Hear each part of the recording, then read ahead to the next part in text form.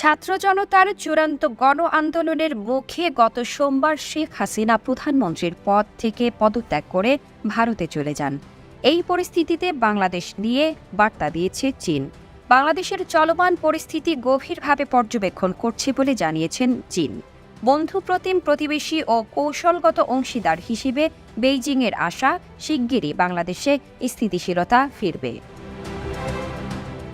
গত মঙ্গলবার চীনের পররাষ্ট্র মন্ত্রণালয়ের নিয়মিত সংবাদ সম্মেলনে বাংলাদেশের চলমান পরিস্থিতি নিয়ে প্রশ্ন করা হলে পররাষ্ট্র মন্ত্রণালয়ের মুখপাত্র লিন জিয়ান এই আশাবাদ ব্যক্ত করেন।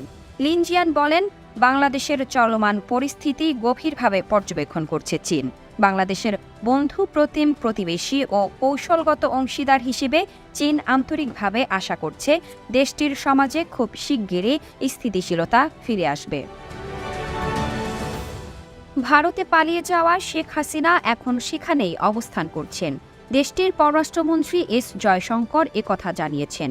শেখ হাসিনা তাদের কাছে অল্প সময়ের মধ্যে জরুরি ভিত্তিতে আশ্রয় চান। এ সময় শেখ হাসিনা আরও জানান, ভারতে অল্প সময়ের জন্য অবস্থান করবেন তিনি।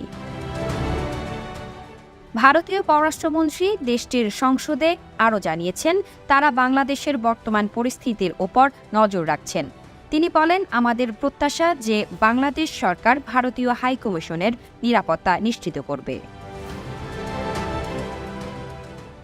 ভারতীয় মন্ত্রী আরও জানিয়েছেন, বাংলাদেশে 20,000 ভারতীয় নাগরিক ছিলেন, তাদের মধ্যে অন্তত 8,000 জন ফিরে এসেছেন। এছাড়া তাদের নজর সংখ্যালঘুদের ওপর থাকবে বলেও জানিয়েছেন তিনি। শেখ হাসিনা ভারত থেকে যুক্তরাজ্যে যাবেন বলে ধারণা করা হচ্ছে, তবে যুক্তরাজ্য হাসিনাকে রাজনৈতিক আশ্রয় না দেওয়ার ইঙ্গিত দিয়েছে।